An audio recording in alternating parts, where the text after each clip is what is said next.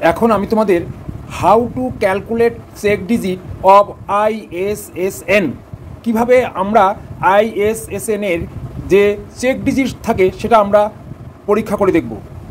ISSN এর শেষ সংখ্যাটি ত্রুটি এড়ানোর জন্য নিয়ন্ত্রক সংখ্যা হিসাবে কাজ করে।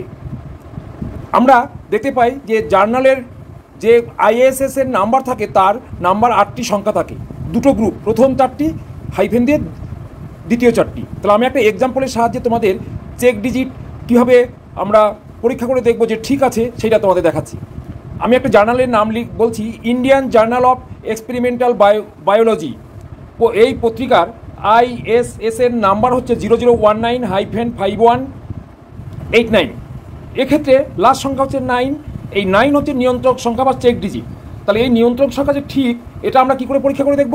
তাহলে প্রথমেই আমি মূল সংখ্যাটা চেক ডিজিট বাদ দিয়ে 7টা সংখ্যা লিখব। আমি লিখেছি 0019-518।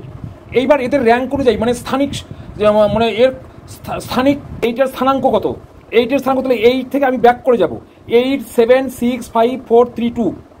এই সংখ্যাগুলো যে মূল সংখ্যা তার তলায় আমি এইভাবে লিখবো, মানে যে আমার 7টা সংখ্যা, তাহলে 7টার র্যাঙ্ক অনুযায়ী প্রথম থেকে পরপর যাবো। তাহলে 8 যে সংখ্যাটা, তাহলে 8 সেই সংখ্যাটা নিতে হবে, 8, 7, 6, 5, 4, 3, 2।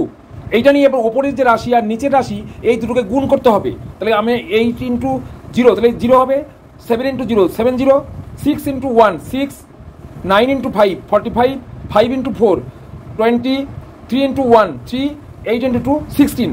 তাহলে এই যে উপরের দুটো রাশিকে গুণ করলাম, এর গুণফলগুলোকে আবার যোগ করতে হবে। তাহলে এবারে যোগ করার পর আমি দেখব যোগফল 90 এসছে। তাহলে এই 90কে আমরা 11 দিয়ে ভাগ করব এবং ভাগশেষ নির্ণয় করব। তাহলে 90কে 11 দিয়ে ভাগ করলে আমার ভাগফল হবে 8 আর ভাগশেষ থাকবে 2। তাহলে এই ভাগশেষ যখন 2 থাকবে তখন আমাকে যে সংখ্যা দিয়ে ভাগ করব তার থেকে বাদ দিতে হবে আমার এই 2। এই 2 বাদ দিলে কি দাঁড়ালো? 11 - 2। 11 - 2 করলে 9 হলো। তাহলে এখানে 9 হলো চেক ডিজিট।